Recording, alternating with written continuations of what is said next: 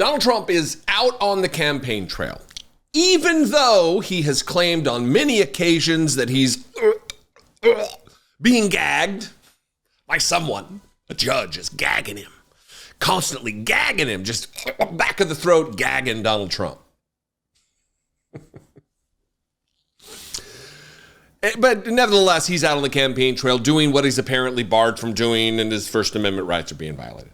And he is in deterioration mode right before all of our eyes, rambling about preventing a World War III that isn't a thing, and going off about how abortion in this country, it's a good thing that everyone agrees with the overturning of Roe v. Wade, which flies in the face of actual reality and polling and the opinions of tens and tens and tens of millions of Americans across the country. Let's start with, though, his meandering, rambling, absolute nonsense about creating an iron dome like Israel has, but here in the United States, it'll be bigger and better and made in the United States. We need to secure the country. So he's moved on from the nonsense about building a border wall, and now he wants to create an iron dome of missile defense, as though we don't have two massive oceans that have kept us safe domestically for hundreds of years. Watch this. But we'll get something done. But it's a very precarious position. But I will prevent World War III, and we will have peace through strength. That's what we're going to have. In my next term, we will build a great iron dome, very much like Israel has, but even better. I'm saying, why don't we have that? We should have that too. We have a lot of hostile people out there. We have a lot of bad actors out there. We're going to build the greatest dome of them all. We're going to have it all made right here in America. Some of it's going to be made right here in Michigan. State-of-the-art missile defense shield that will be entirely built in America and will create jobs, jobs, jobs. And we're going to have the greatest dome of them all. We're going to have greater. You saw how effective that was with Israel last week with 300 rockets shot. Every one of them knocked out, every one of them knocked down. Probably if they didn't have it, they wouldn't even have Israel right now, if you think about it, right? All those would have hit various locations. Virtually none of them got through. Amazing. We're going to have a more sophisticated version. We have the technology. We have the genius. We're going to have we're going to build a great iron dome. We're going to have a shield around our country, and it's made here, and it's going to be a great thing. They wouldn't have even had Israel if you think about it.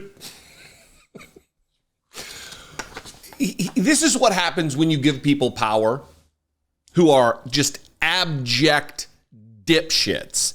Donald Trump is a feckless moron, especially related to things military, especially related to strategy, especially related to national defense. He has no clue.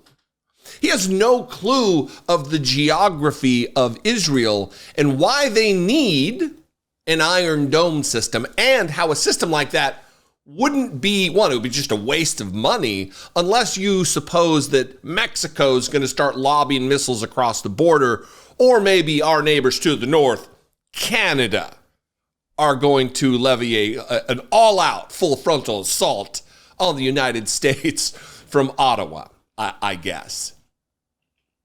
You see, we have two oceans to our west and east coasts: the Pacific Ocean that covers us in California, Oregon, and Washington, and then, of course, the Atlantic Ocean that runs from Maine to Florida.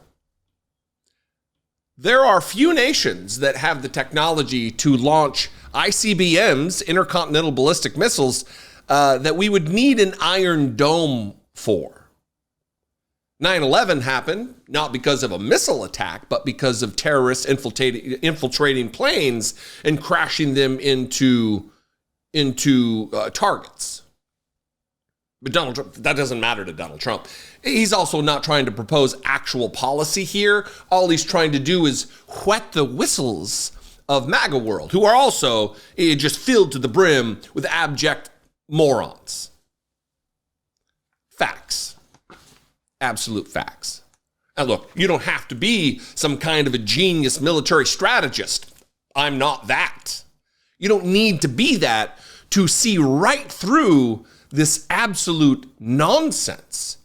So Donald Trump, even if, let's say, this was a serious idea, they're going to spend billions, hundreds of billions of dollars on this rather than putting that money to good use, attending to things that conservatives always whine about, veteran homelessness, whatever else.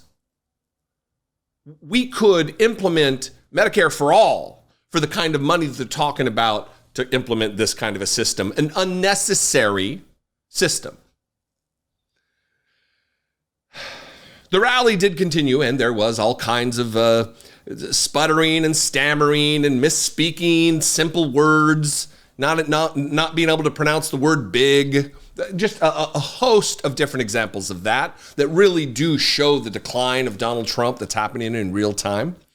But really, no more dangerous an example of his decline is this particular moment here that I'm getting ready to show you, where he's trying to convince the crowd that the overturning of Roe v. Wade not only was the right thing to do, which is alarming in and of itself that he believes that, but he's trying to convince the world, MAGA world especially, that everyone was on board with it. Even liberals, Democrats wanted Roe v. Wade overturned.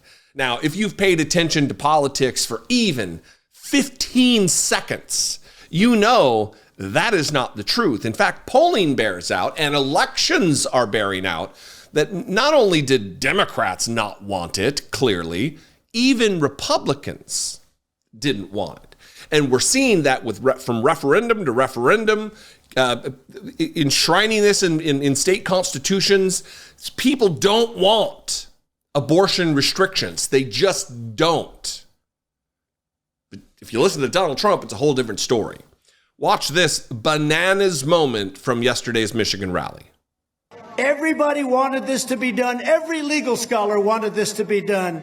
Most Democrats wanted it. Liberals wanted it. This was a while ago. Then they changed their mind. They viewed it as a political deal. A lot of bad things will happen beyond the abortion issue if you don't win elections with your taxes and everything else. So it's been very interesting. And again, some states have been right where they wanted to be. Other states have gone more liberal than they wanted, and some have gone more conservative. But it's all working out, and the votes are coming up now in certain cases, and it's all starting to work out, and it's going to ultimately bring our country together. It gets the vote down to the people. We did something that took courage. We did something that everybody wanted to see.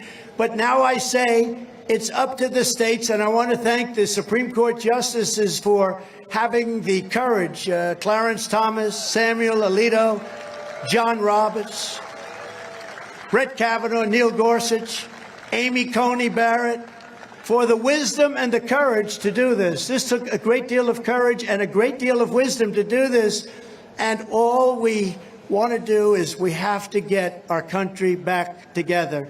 It takes a very long fought-over issue, an issue that was never going to be resolved, according to many. It brings it back to the states where every legal scholar and where most people wanted to see it, and it's working out. That is him saying a whole lot of nothing. Some states, they're right where they want to be. Some states are more conservative. Some states are more liberal. What? Mama Bear's porridge was way too cold. Papa Bear's was way too hot. What is he saying? He's saying nothing, because then he doesn't have to be held to a position. Although he's living in a fantasy world that he's trying to drag us all into about who opposed the Supreme Court's action a couple summers ago. Anyway, I think it was 2 years ago, or was it last year? It's all a blur. Anyway, what do you think? I'd love to know. We can mix it up, have a conversation in the comments. That would be great. That helps trigger YouTube to share this content and my channel to new viewers. and they could join the team. We appreciate it. If you want to help support the work financially, you want to help me make these videos, click the join button below, become a channel member for $2 a month. You can also go over to my Patreon page, which is even better. They take way less of a cut. Patreon.com/IDoubtItPodcast. I would appreciate your consideration very much. I love and appreciate you. If you're on social media, you can follow me at Dollemore everywhere.